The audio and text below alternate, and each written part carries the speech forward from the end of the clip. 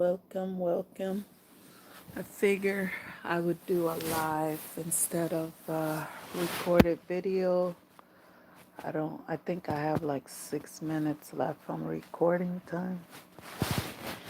Anyway, so I'm having a hard time with something. And I think part of the problem is that I spent all my life biting my tongue. And some of you would be like people that knew me in high school, or no, you weren't. In high school, it's different because you hang out with who you want to hang out, your friends with your friends, and it's either a fun time or you just it's a horrible time. Usually, it's one or the other. There's not too many people that are in between. But with family members, with coworkers, with, um, after you're 20, 30, with so called friends. Now, I don't know the real reason other than I was always told to respect my elders, and um, I'm gonna have to put this on my lips. So part of it is trying to show respect,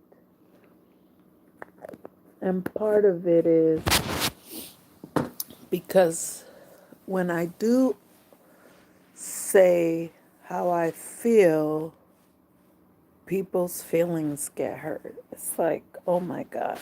So I'm either too quiet or too outspoken. And I'm a Libra, so that's hard because I always want to have peace around. I try to maintain balance and peace and all that. But what brought me on today is, oh, by the way, like the video. I see on the TV, because people were like, oh, I'm watching you on TV. So it's not that I don't mean to not like your videos. I'm not watching it on my phone. Well, I don't know. Yes, I'm always late to the game, but I did see that you can click up on the video and on the side, like the title, and then click over, and there's the little thumbs up, thumbs down, and comment section there too on the TV, computers, whatever you're watching on. But either way, it doesn't even matter. I'm grateful for the support that I had. Um, at first, when I first started doing the videos, I was blown away um, on how many people were encouraged, inspired. And then eventually I said something that offended somebody. um, I mean, I'm not laughing at that. I'm just like, I can't win for losing. Like, whether I'm telling my story, whether I'm talking about my feelings, whether I'm trying to ask for respect or have boundaries, I could never say it the right way. So that leads me to what I'm here to talk about today. Now, if you know me, you know I've been dealing with HIV/AIDS forever, basically. I'm 44, and I got tested 18, 19 years old back in 99. And I found out that I was positive. they said that they did 5 tests. Because, of course, you're like, no, that can't be me. I'm not out there. I'm not on drugs. I'm not a slut.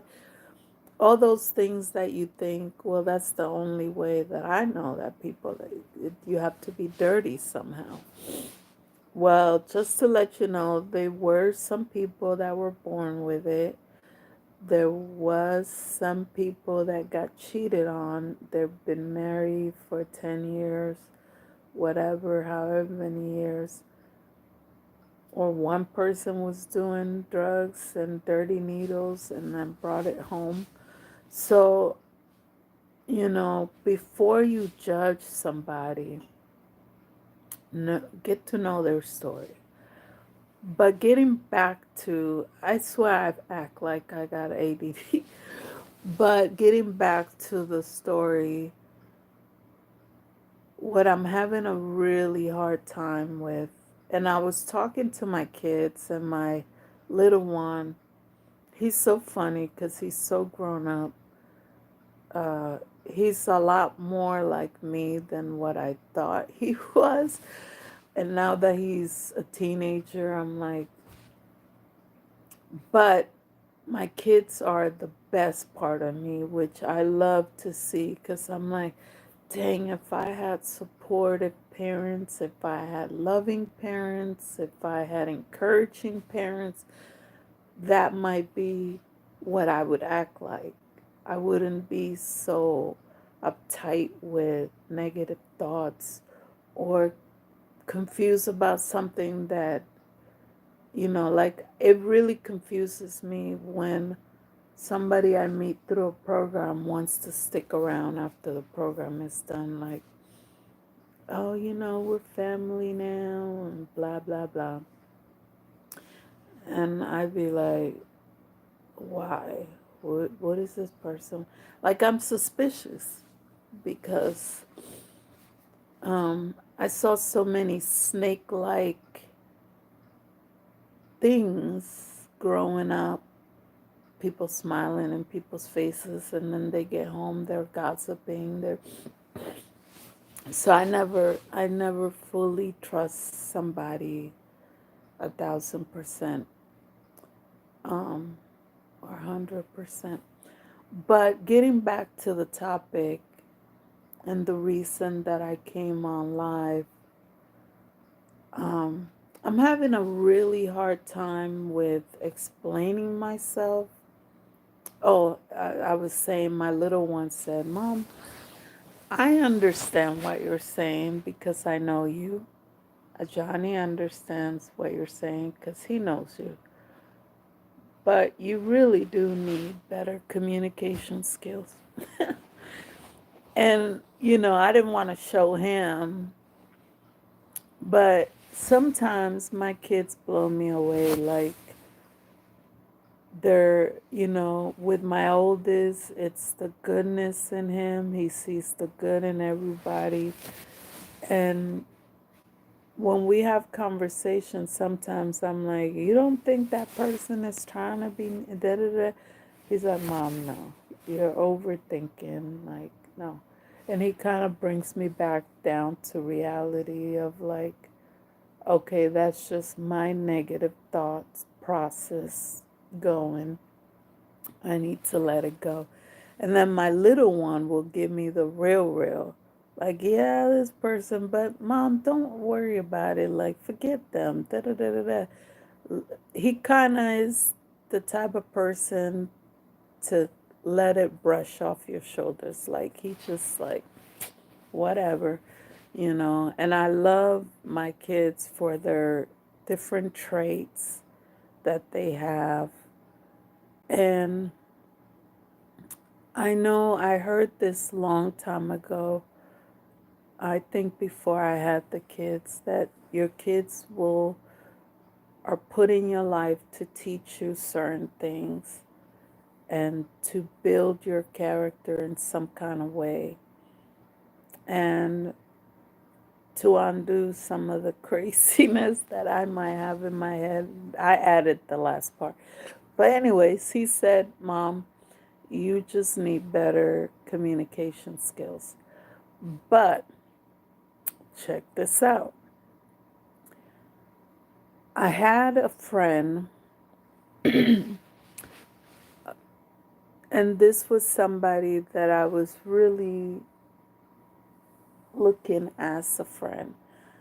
A lot of the other people that came in my life was because of something. Oh, somebody started giving me a ride to church, and all of a sudden, we're in each other's life. We're kind of like, maybe they're like an auntie type or a grandma type, or there's a program, care teams, etc., etc., and it ends, and they choose to stick around, and then, I mean, I have abandonment issue, which the opposite effect is I get attached very easily to people. So I try not to nowadays. In my 20s, I didn't have very good boundaries. I just thought everybody was going to be my best friend, and, you know. And I remember at work, like Ivers, and I think Ivers was the first time that I experienced my first real job outside the church and all that. Um, you know, people, like even in my own family, people joke around and this and that, and they could be saying very hurtful stuff, very hurtful things, and everybody laughs and this and that. But let me say the same thing back, or something else back. Then all of a sudden, oh my gosh, she don't know how to joke around. Oh my gosh, she takes things so serious. Oh my God, that, you know, you have to be so hurtful? It's like, so I'm confused. So you can not, it wasn't mama jokes, but let's pretend. You can say your mama this, your and then I say something back, well, your cousin this, your cousin, or your dad did.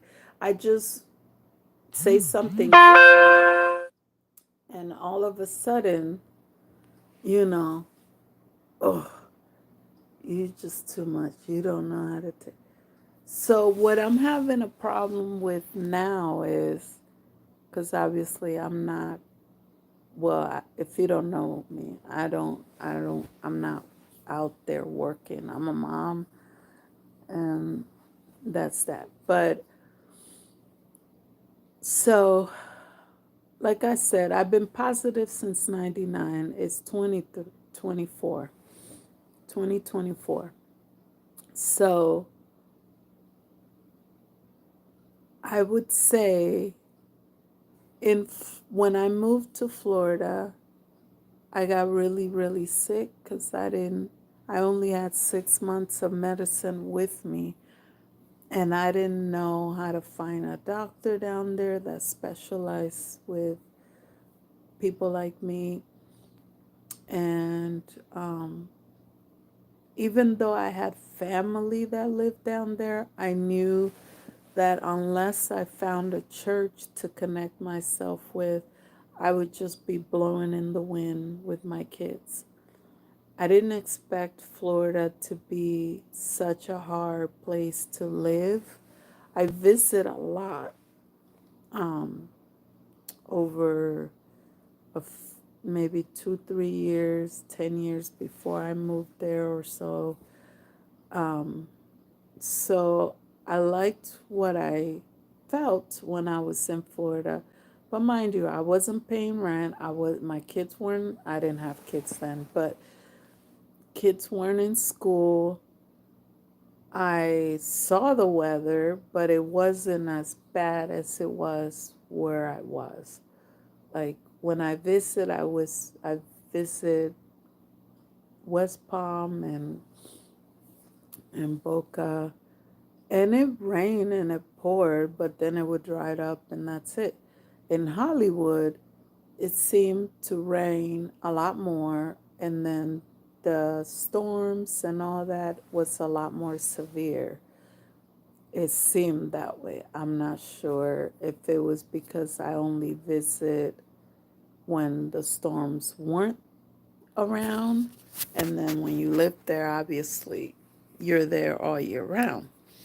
But the school system, the way that they don't have buses, but you can't walk in the rain because the rain goes up to your knees almost, because they don't have drain pipes because of the snakes and the alligators.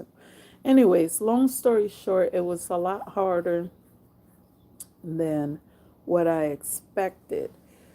So that took a toll on my health. I ended up having some pretty serious things that made it hard for me to walk, and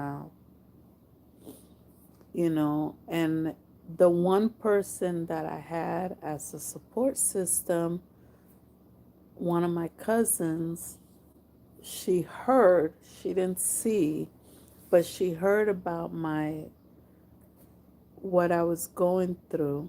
And because she was pregnant, she thought that somehow my stuff was going to jump into her baby or something. And she no longer wanted to visit. I think she left me an invitation for her baby shower in the mailbox. And when I opened the door, she like ran away with this fearful look on her face. So it's painful. But let me do something. The whole family would have been talking about it. How could you? How dare you? Blah, blah, blah. It's okay for somebody else to hurt my feelings or to hurt other people's feelings. And it's like, get over it. You're being oversensitive. You're being over dramatic. But back to the topic at hand, Lord, help me focus. But what I'm having a problem is I got sick in Florida. I got better. I found my way. I found the clinic that I needed to go to, got married, all that stuff. And when I was moving back, I was heartbroken because I found out that my ex husband was cheating on me.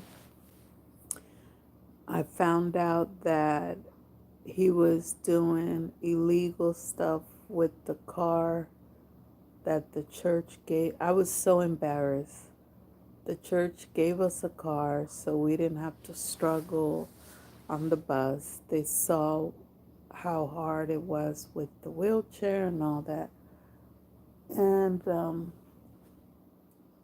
thank God I didn't let my embarrassment take me out of the church, because I almost thought about leaving the church because I was so embarrassed. Like, here, the pastor in the church gave us this car so we could have a way to church, and a few months later, I had to beg the lady that was taking us, the couple, it was a couple, the couple that was taking us to church, to give us, me and the kids, a ride, because my ex-husband pretended to be saved, pretended to be godly. And then after we got married, especially after we got the car, he started coming undone. A lie can only stay alive for so long. The truth will surface, and you will see who somebody is. All you got to do is give it time. It might be 3 months, 6 months to a year. But after a year, if you don't see the truth, then you're acting like you're blind. That's my theory. That's why I give a relationship 3 years. The first year is just fluff. The second year is like, okay, let's get down to business. Can we make it work? This is what I need. This is what you need. Okay, I could do this. I can't do that. The third year is like, okay, stuff is not being resolved. We're going backwards. Forget about it. So at least that's my theory. That's my way of thinking about it. And I was doing it without noticing. Looking back, I'm like, 90% of my relationships were only 3 years. And I didn't know I was even doing it. The time that I realized that that was my breaking point, and that's why I've been exiting, I had to think about it when I broke up with the narcissist. I was like, even with bad relationships, I will give people a chance to prove me different or show me something better. But either way, so, when I moved from Florida to Seattle, I went through a very hard 3 months between my foster parents, or I'm guessing it was my foster dad, covering up where the vent, how the heater comes out of the vent.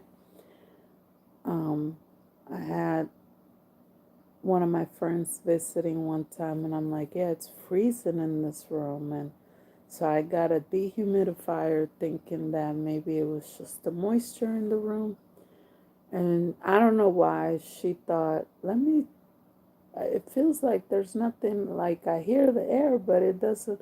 She was sitting right under the vent in a chair that I had, in the sofa chair that I had in the room. And she stood on the chair. She's like, there's nothing coming out. And I think she used a pen or she undid the vent, and she was like, there was a cardboard there. And she's like, why would they do that? They, they say they love you and the kids, and they're, yeah, so I don't know. Either way, there was a lot of, anytime I dealt with Mike and Evelyn, between her sniffing behind him and whatever he says, whether she knows it's right or wrong, she will just oblige because of the Bible verse. Oh, the head of the. Somebody can lead you right to down the chute. Does that mean you need to follow because he's a man? He got a penis between his legs? No, that'll never be me. If you're trying to lead me down whatever, an alley, like, no. Nope, I don't have to. I can just go around and meet you. If you want to go through, fine. We'll meet at the end where I could be in the light still. But either way, long story short, there was a lot of stress. Um, I found out that there was some identity theft stuff while I was in Florida that happened here in Washington.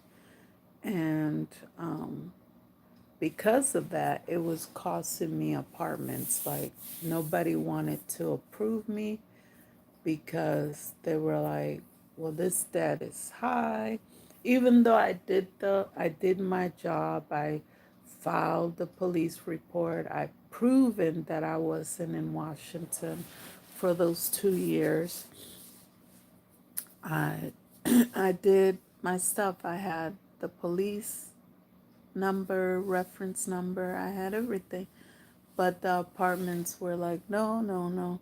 So, either way, I thought I was gonna be homeless with my 2 kids. I thought I was gonna lose my Section 8, because they only give you 3 months to find a place. And I was like really close to the end of the 3 months. So I was praying, I was nervous, and not even shelters that take in kids. They either were like, well, we only take moms with one kid, or my kids were too old, or they just didn't have the space. So this was now, I came in August. So this was the end of September. So by the end of October, I would have been homeless. So the last resort was because nobody could help me with being a cosign. One of my friends, Asha, bless her heart, wherever she's at, she was willing to co-sign so me and the kids would not be homeless and get a nice apartment I was looking at. But she was like, her income was not even $10 short. Like it was something silly like $3. If she made $3 more on her paycheck, then she would qualify.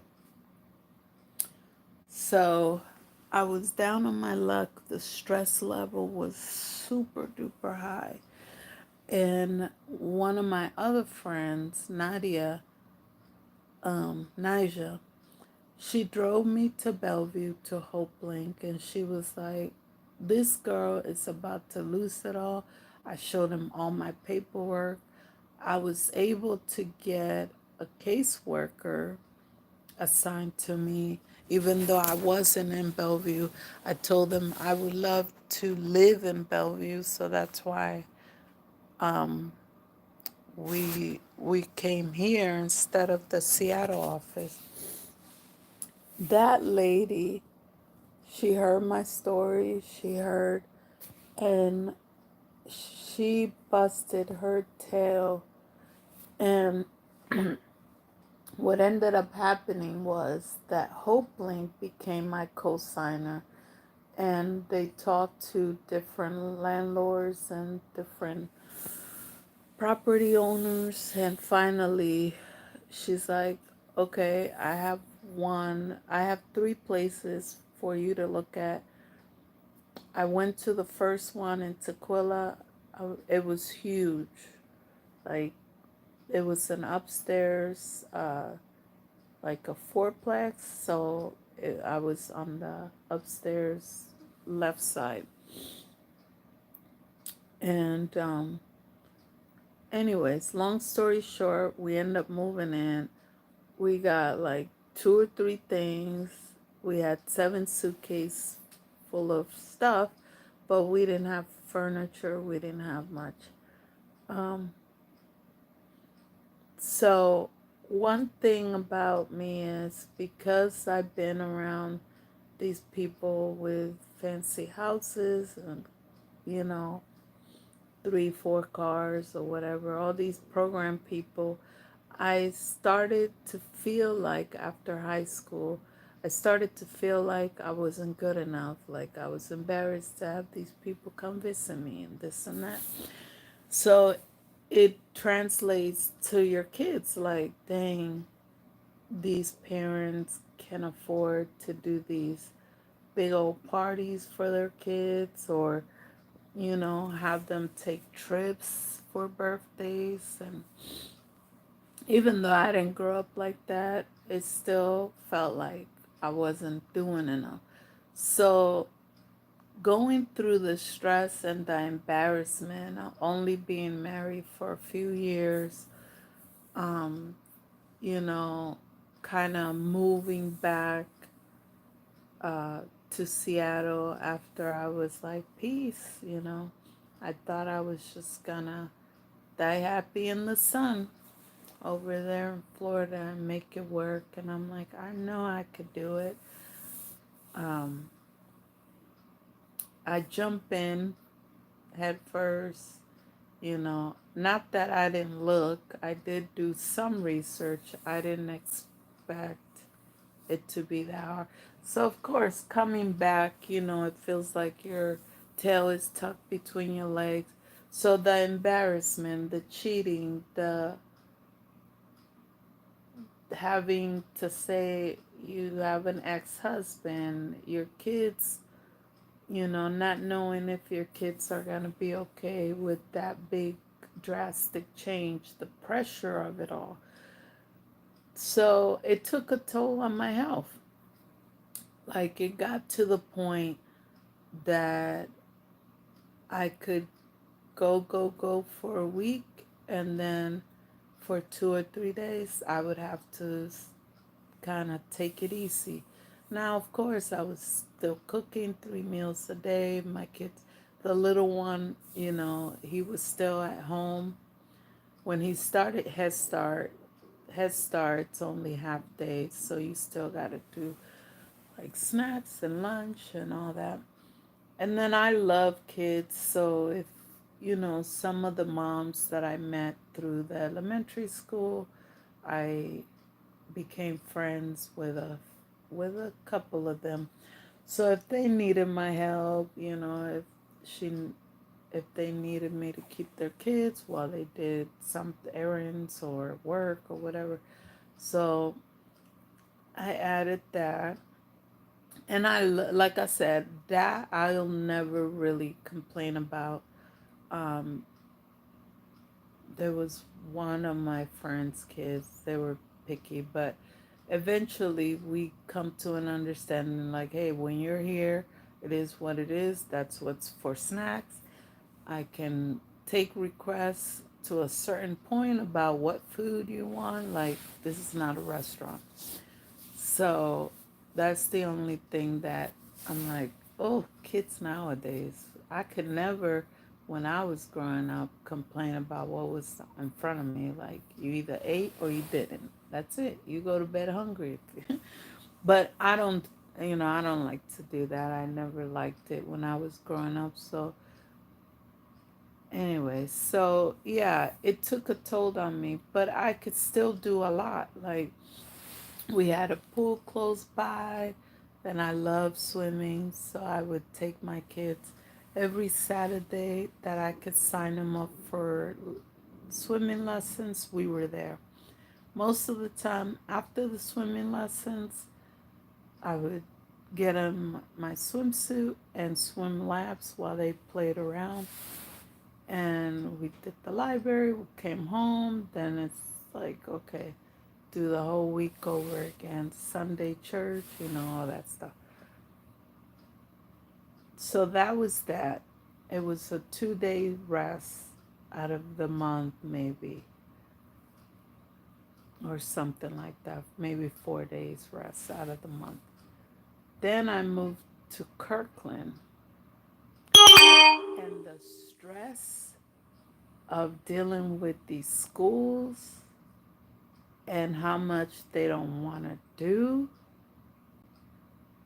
but yet all these electronic system, you have to log in, you can't call, you can't meet, you can't da da da.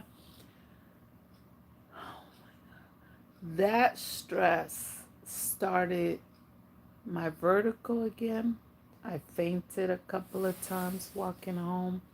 I had to walk my son to and from school because they do buses, but you have to be 2.5 miles, or no, like 3 miles away. So normally in Seattle, it's 1.5 miles away and you get a bus. Or you could, like, with my oldest, he didn't have a bus for middle school, but I found out that if he just walked 2 blocks up the hill, there was a bus that would pick up kids there.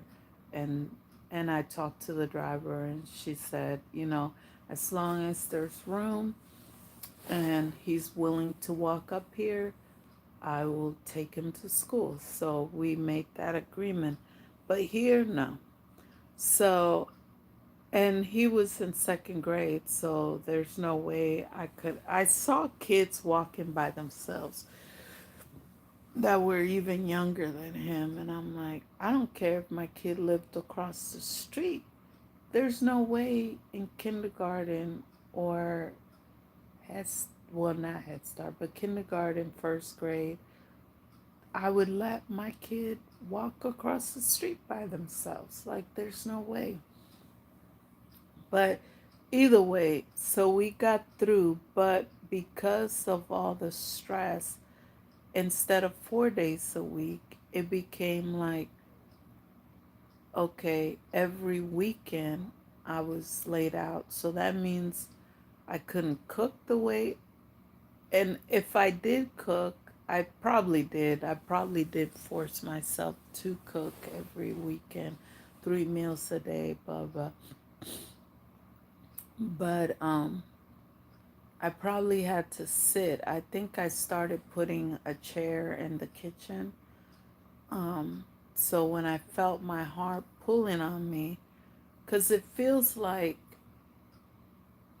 you have a string and a weight pulling down on your heart. So it's like, it's hard. I don't know how else to explain it, but that's how it starts. And then it feels like, ooh, you get dizzy.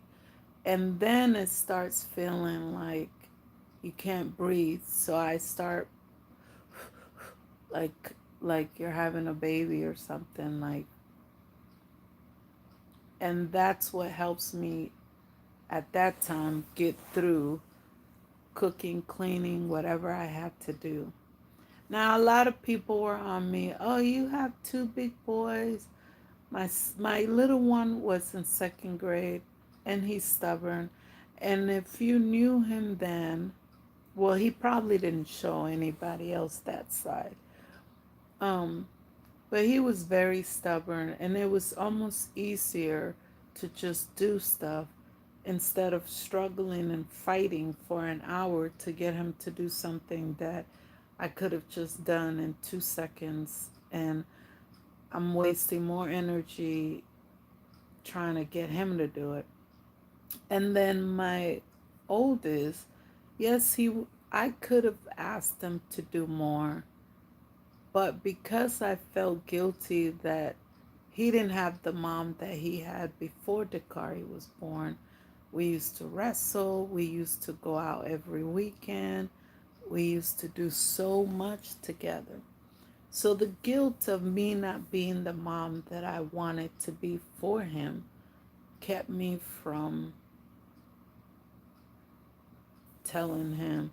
I mean, he did have his chores, and I did ask him, like they both had a list.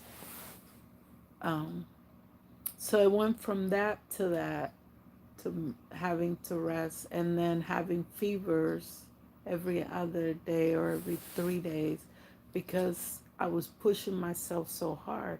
I was walking 4 miles every day, and some of it exercise free. Please keep it to yourself. Like, I know that doesn't sound like a lot, but for somebody that, imagine you asking a cancer patient after they do treatment to walk 4 miles. I mean, that's the way I look at it. It's like, just because I can put on a wig and put on makeup one day, and you see a picture or a video of that one day or that time, you don't know what I was going through before then, afterwards, that next week. Like, nobody knows. And it's frustrating to me that it seemed like no matter how many times I say I don't feel good, I'm weak. And I don't even tell people 10% of what I go through because I know they'll be like, oh, it's almost like you can sense that people are kind of rolling their eyes in their head. It's like, but that's my reality. I go through so much health wise, so many aches and pain, dealing with perimenopause, which I didn't know I could have at 35, dealing with all that, trying to figure out how to treat this, how to treat that. Then last year I got hit with shingles, which I thought it was the old white people, this, not disease, but thing. I've only heard old white people say, oh yeah, shingles. I'm like, okay, it must be something to do with their skin. Like, I didn't know it was, you feel like you're being electrocuted wherever it's affected and burnt at the same time. And I had to host for 2 weeks my boyfriend at the time. And I was frustrated because I'm like, he knows I'm sick. I told him I don't want to cook every day. Can you help? And when I'm at his place, we took turns, and he was very clean. Da, da, da. But then when he comes, it's like he don't offer to take the kids out. He don't offer to cook. And yes, he was on vacation, and yes, but after he left, yes, I missed him, and I was crying, and I'm like, dang, okay, I could see a future with him. But then I actually thought about it, and I'm like, when anybody visits me, I'm like, I'm always feeling like them selfish assholes. Like I said, I was sick, but I was cooking every day. And if we're home, it's breakfast, lunch, and dinner. Like, I love to cook. And that's the frustrating part. I love giving. But would you ask that of somebody that just got cancer treatment? No. And I wish that there was a nice way to say, take care of your fucking self. Or better yet, why don't you surprise me? And one of my sisters cooked me a Dominican breakfast one time, but there was grease all over the damn stove. That I was like, oh my God. And then the dishes. And so I'm just like, I don't want to have visitors. Unless you're going to get a hotel or you are really going to come to help me for real, for real. Not say it, and then when you're on the plane, you're making plans to spend money that my kids could have used, or you want to, I get out the hospice, and 2, 3 days later, you want me to walk 20 miles because you want to. Anyways, long story short, I don't have energy for people to come visit. Like, I'm in bed now all day, every day, except for when I have to, when I'm cleaning something or when I'm, what's it called? When I'm trying to cook. There are days that I have a little bit of whoosh energy. But I feel like the only two people that respect and understand how weak and sick I get, it's one of my kids' friends' mom, Martha, and Teresa, the lady that started helping me when she was dropping off Hope Lane food bank stuff. And then now we're kind of like friends, and she'll like take me to some appointments or do our water bottles for me. And she comes, she picks up whatever. She might come in and say hi, sit down for a minute.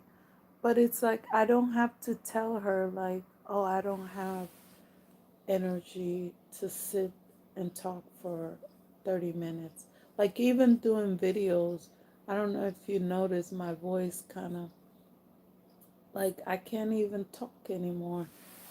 I'm coughing, I'm like, and then of course, because of that seed thing, everybody's like, if you start clearing your throat or whatever, you see people adjusting their masks. It's like, I mean, it might be that new cough, I don't know, but either way, I'm getting weaker and weaker. In the past 10 years, I've tried to explain to people I love to cook, I love to entertain, but people that really know me, or I should say people that came to visit me, they should know I don't have the energy to cook every day. I don't have the energy to entertain. Like if I'm zoning out or, you know, or if I'm laying down, I'm not being lazy, I promise you, it bothers me way more than it bothers you. And I just had somebody, you know, I think I offended them because I was trying to take this person out to lunch um, as a thank you for everything. Like, she always picks up my kids, take them to church and Bible study, and, you know, um, if I can send something with them as far as to contribute to the food, they're very understanding. So I wanted to say thank you. But some stuff came up, my budget switched, and I've had to do a lot more for my cat with her medicine and all that. So I just don't have it right now. So I told her, I said, hey, I'm sorry. I'm just trying to let you know that I haven't forgotten. I just can't right now. But we'll check in maybe next month about it. And she said, you know what a sweet person would say. It's like, oh, don't worry about it. I can just come over and we can just chat. And my first thought is like, oh, hell no. Like, the last person that came and visited me, I literally had a fever for 2 or 3 days afterwards. Because one thing that happens, I'll start looking around. Oh, I'm still organizing since this place is smaller than my last place, which I thought it was gonna. Anyways, long story.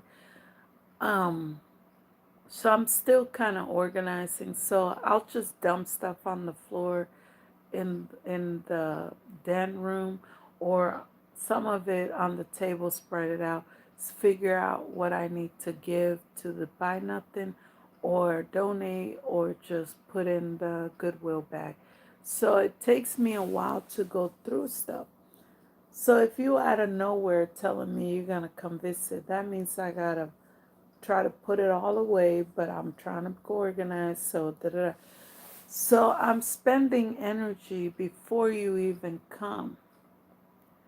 Then, if it's somebody that I don't normally talk about stuff with, then I have to force conversation. If we go out to eat, half of the time, or not all the time, we're looking at menus, ordering, eating, and then you drop me off and you go your way, I go my way, and we had a good time. But to sit here for an hour or two, well, no, nobody stays longer than that. You're gonna look at me weird because I'm gonna be telling you how much pain or whatever. I'm always gonna say some stuff that once I decided not to be quiet, my mouth, it's like vomiting up the mouth. Like, I can't stop myself. I talk about stuff that I probably shouldn't talk about. I might offend you, say some not prejudice or racist stuff, but somehow, because I try not to see colors, sometimes I forget that I'm talking to a white person or whatever, then I'll say something inappropriate. So I just don't want to be in my head. I don't want to have to bite my tongue. I don't want to have to. So I was like, what do I do? So I posted it on one of my support groups. I said, how do I say it without sounding mean?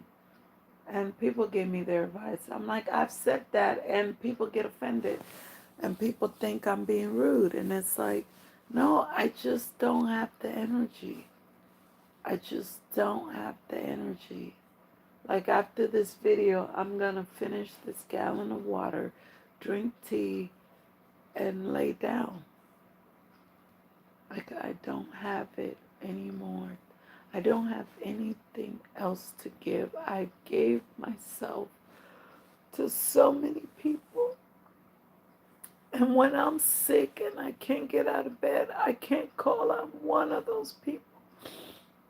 I can't call on anybody. So I just don't have it to give. And at this point, I'm like, I just have to have it in my head that I'm not going to have any so called friends, because the one person that I consider like an auntie, sister, I don't like her kids. So eventually it's going to come to a head because she keeps trying to shove her kids down my throat. Especially, there was one that walked in on me while I was getting dressed and never apologized. You know, he's kind of arrogant about it. He was like, well, that'll teach you to close your door or to lock your door. So after that, I always thought they were kind of weird, but after he did that, I was like, I definitely don't. He's weird.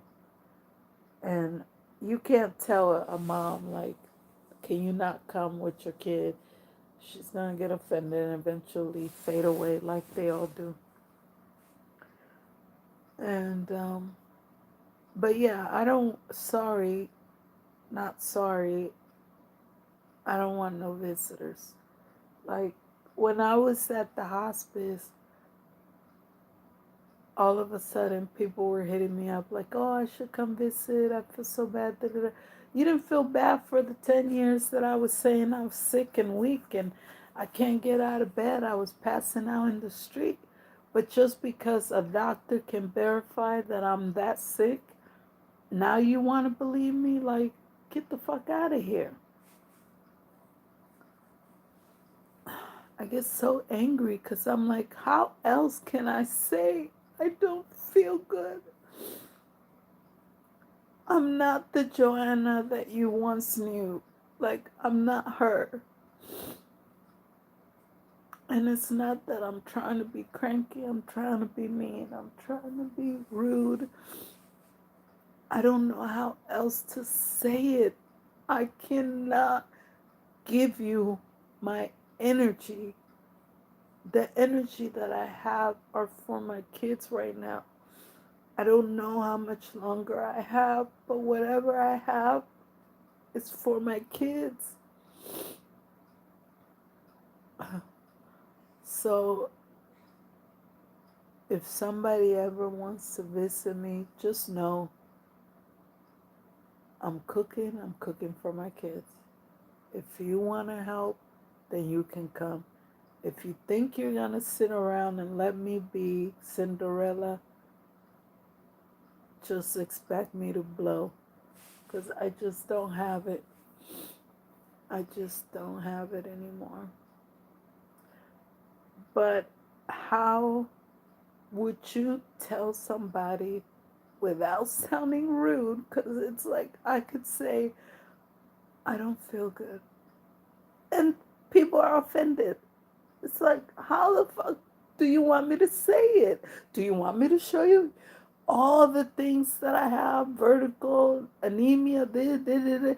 Like, do you want me to break down the list? Do you want me to laminate it and send it to you so you could believe me that I'm literally this weak and sick?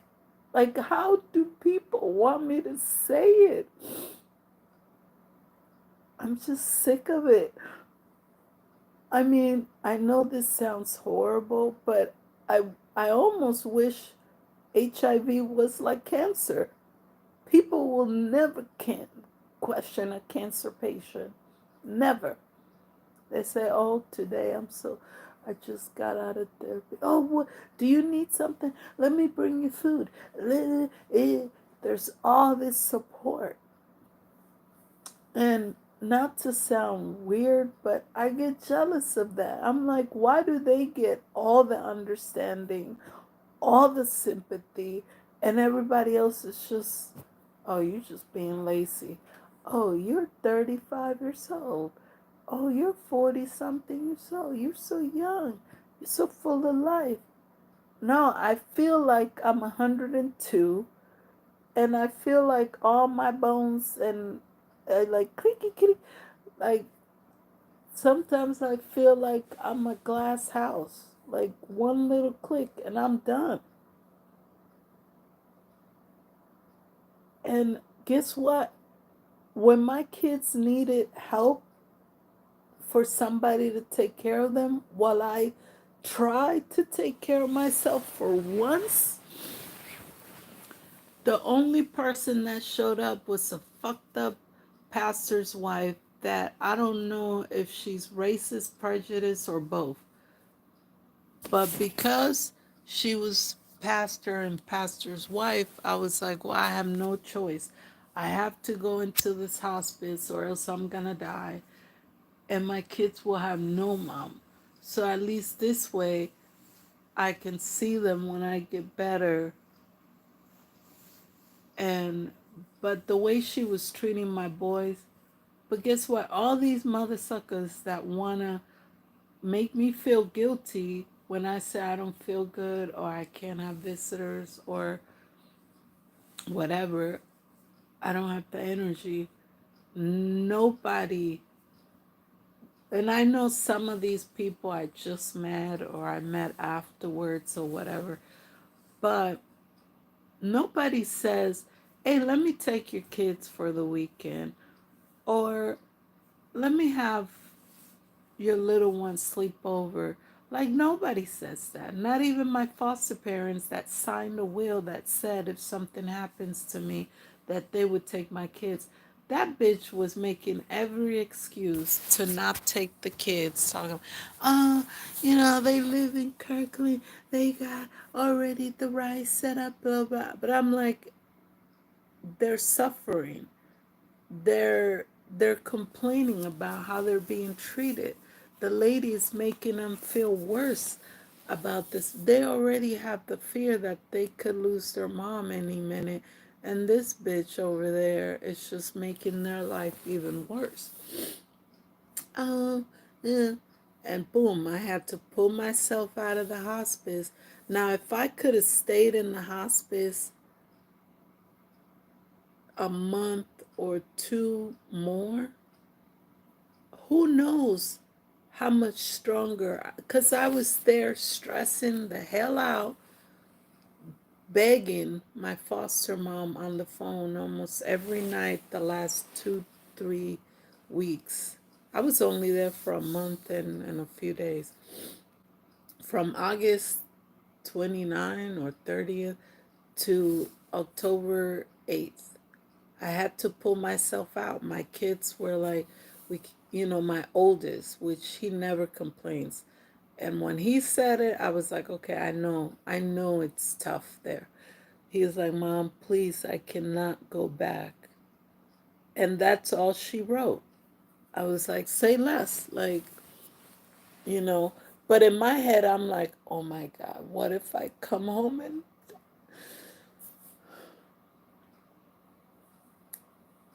you don't know how hard it is to take a leap of faith but not know if you're going to make it.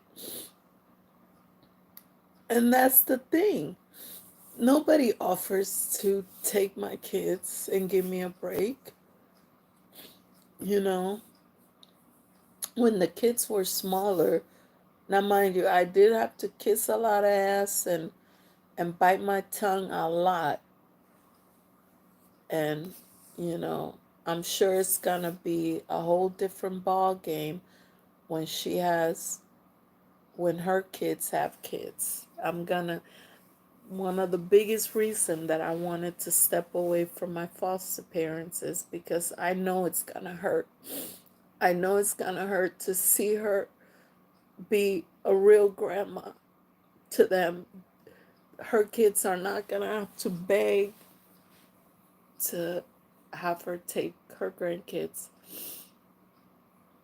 But she was there enough to get me through until the kids are this big. But yeah, it's like people just want to get offended. And it's like, I, I don't know. So this lady, she read that statement, and I wish I would have kept it so I could read it on here. She read, and I feel so bad that instead of saying, you know what, I don't have the energy to sit or whatever. I don't have the energy to chat at home. I don't know. I was going on and on and on and explaining why, and I hope you don't get offended. I hope this doesn't sound rude. Da, da, da. I'm sick of that shit too. At this point, I'm like, if I'm gonna offend somebody, I might as well be like, bitch, what? No, I would never call nice people that. But at this point, I'm thinking, well, I might as well just be really rude and show people the difference between me trying to be respectful and being respectful and being a bitch. Like, cause if it's all the same and people will walk away and feel like I'm being rude, then why am I adding extra pressure trying to write statements in my head and trying to edit it and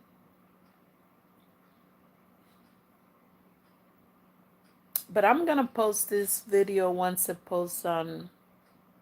I'm gonna post it on Facebook. I actually might not. I don't know. But yeah, I'm just like I don't know how else to say things. I could say things in a like one of my what I started the conversation with one of the ladies that I became close to that was a real friend after after adulthood it's hard to find friends. um she kept texting and texting and texting, hey Anna, um and she called one day. I was really really sick, like I was dizzy and I was so weak, and it was after one of my kids' birthday, and like after that I don't want to talk to anybody. I'm so weak and tired, and I was overwhelmed stressing about the party or whatever. So I go on silent mode, like I and nothing against anybody, I just get overwhelmed and I just need to kind of silence myself for a week or two. I don't know what she needed my advice, but she just kept WhatsApping, ding, ding, ding.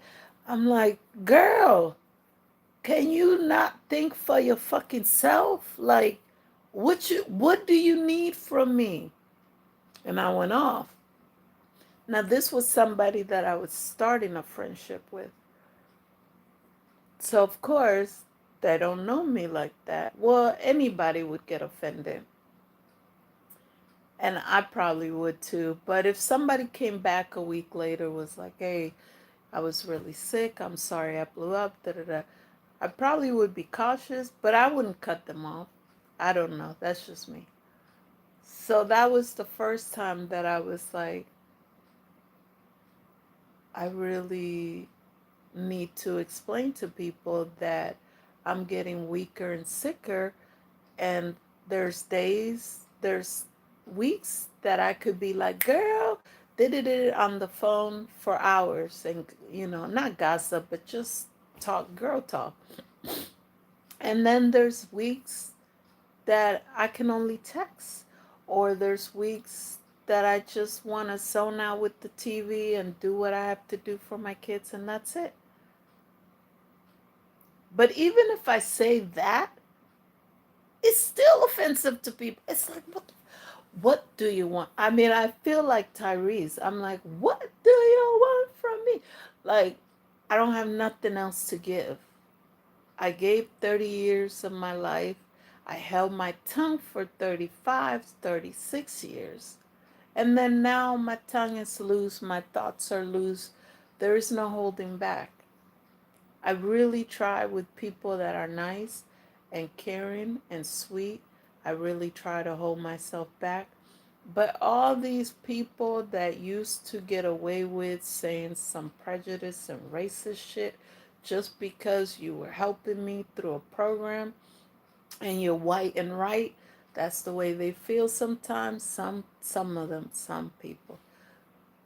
I'm done with it. Like if you say some off the wall stuff to me and I find it offensive because it's either prejudice or you sound racist, I'm gonna let your ass know. You could stop helping me if you want to. I gives a damn anymore. Like I'm over it.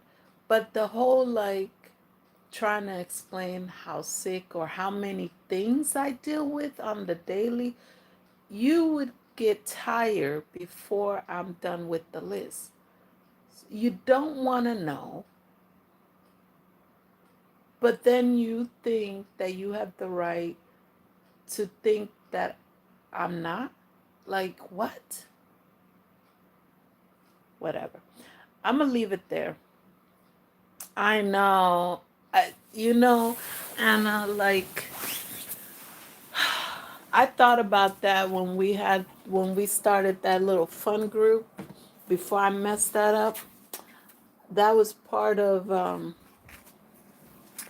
the only reason that came to a head was because of the narcissist. Man, that man, or I should say that robot used to get in my head. And I guess he would study. Now that I know more about narcissists, they say that they study you and they know who you're friends with or what makes you happy. And they go in, their number one job is to destroy friendships, to destroy. Like my other friend, he pretended like she hit on him and this and that. And being the jealous Libra that I am, I was ready to go to her door with a hammer. And he thought it was the funniest thing. He's like, oh my God, you crazy. Da, da, da, da. At the time, I thought I was just like defending my man. How dare this hoochie mama? And then I forgot what he told me about you. And it sounds stupid now when I think about it. And when I say it out loud, it's like, why would that predict how you act towards people or how you react? But when you're in the abuse of a narcissist, it's kind of like a trance. It's kind of like you're hypnotized. It's not even digmatized. It's you're hypnotized, and it's like they could, oh, this person is horrible for you. Oh yeah, that person is horrible for me. Oh yeah, they are jealous of me. Like when you're in it, that's how it is. And when you get out of it, it's like, yeah, when you get out of it, it's like, what? I know I'm not that stupid. Why the hell did it? And I was such a different person before the narcissist, and I'm so mad at myself that I should have known from the beginning because my intuition told me, like, I was like, nope, I'm just looking for friends. I'm not even divorced yet. Like, I'm not looking for a relationship. And then, like, he was like, friends? I'm not looking for friends. I was like, okay, bye then. But somehow he started talking to me like we were friends. And then a week later, or a month later, I don't remember, all of a sudden, we were in a relationship. And I was like, wait, how the hell did that happen? Hold on. I was like, well, maybe, I need something to distract me, somebody to make me feel like I am good enough, whatever, whatever. So, but yeah, I was so mad when, more so with you, Anna, because I was like, damn, we were developing a really good friendship.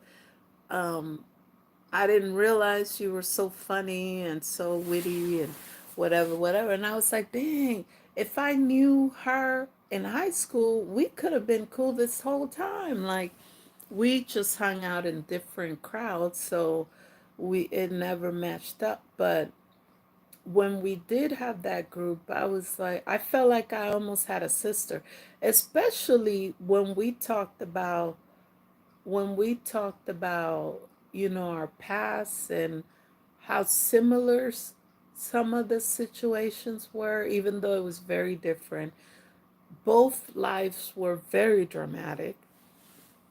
And the fact that you look like you were always me mugging at school. I don't remember you smiling a lot.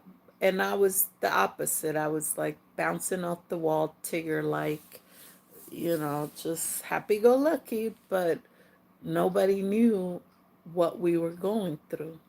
And it was crazy, like, to get to know you in that level.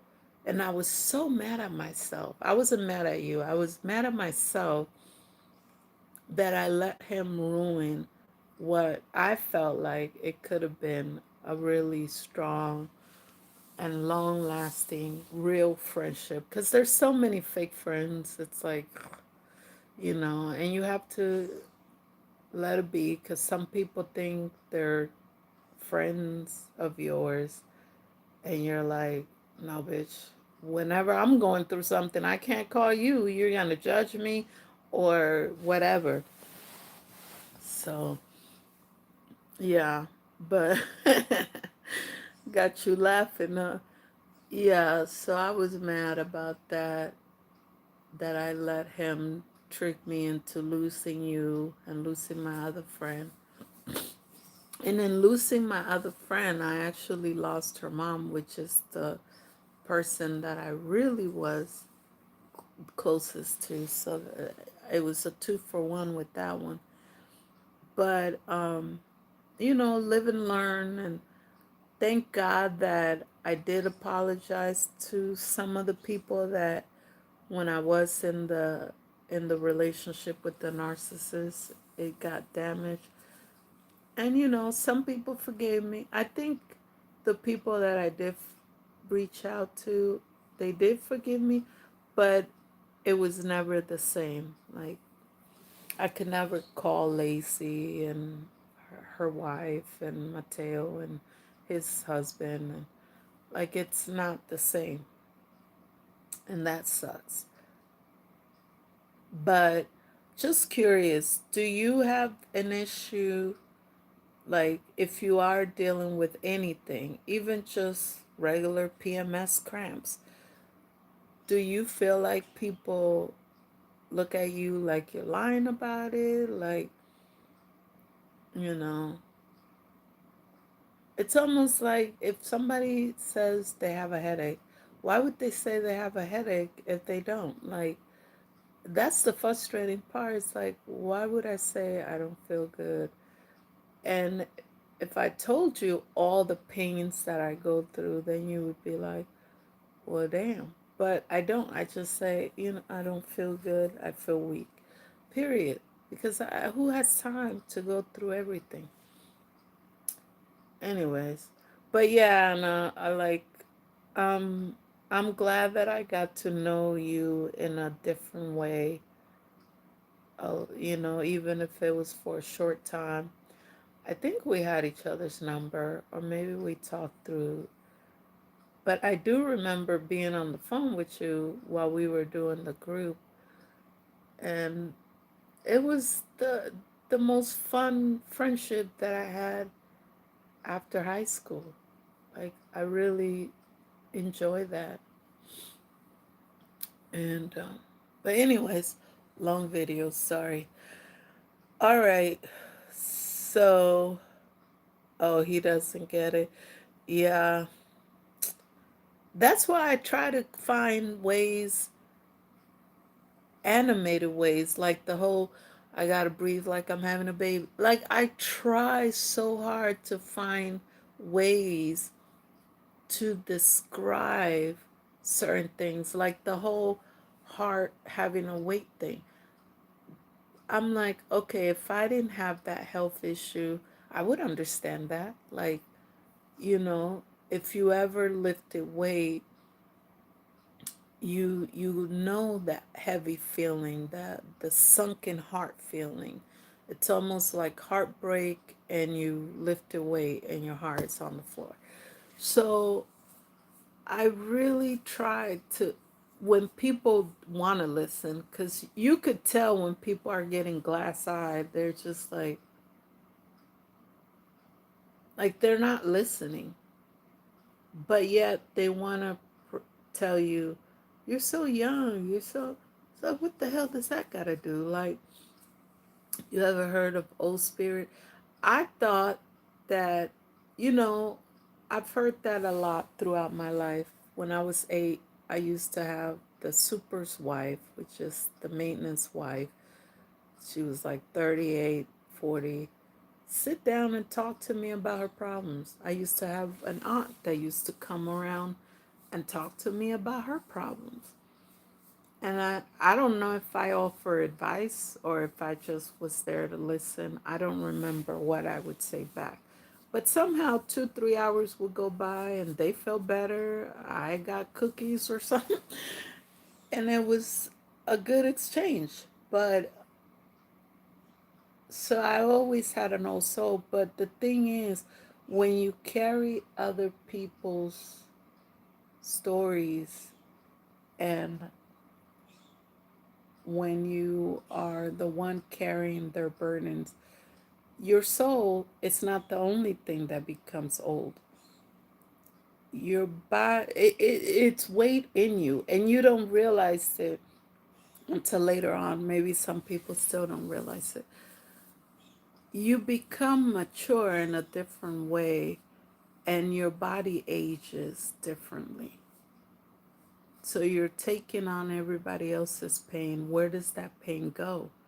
It goes in your bone, it goes in your skin, it goes, unless you, like, swimming for me is my release. Whenever I could swim a few laps, even though I'm super tired afterwards, it's a release, like, you know. So you got to find your release. But it doesn't mean I have time to sit around and talk. Even though I am a talker, I love to talk, but I just don't want to give my energy anymore. Like, unless you're bringing something, are you bringing food? Are you bringing drinks? Are we going for a walk around the neighborhood? Like anything. But for my sisters or whoever I'm talking to expect me to cater and treat them the whole time, and they don't even offer to clean the kitchen, no, I'm not doing it no more. No, not at all. And, you know, it might cause people to stop talking to me. Okay, well, I will give my last few days, years to my kids. I don't need anybody that's not going to give back. It's an exchange from now on. It's not going to work. It's not going to be a one-way street no more. Not with this one.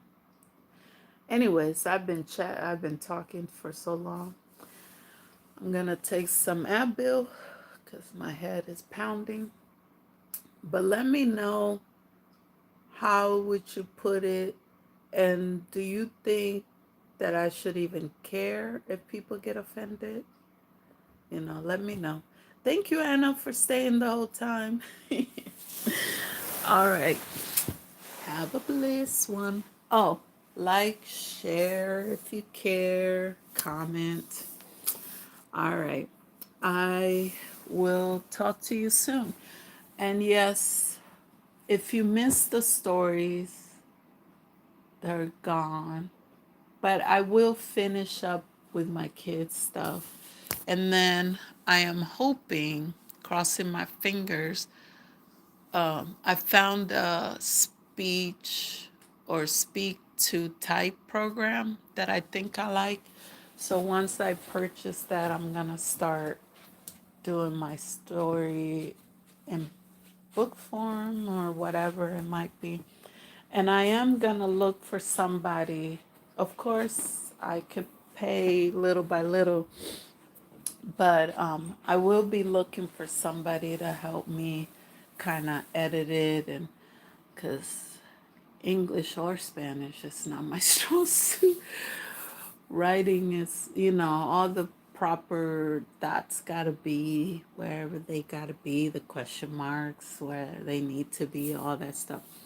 So if you know anybody that does that or would like to donate their time, but like I said, if we do a couple of pages and you're really good, then we could talk about the money part and see how we can break that down.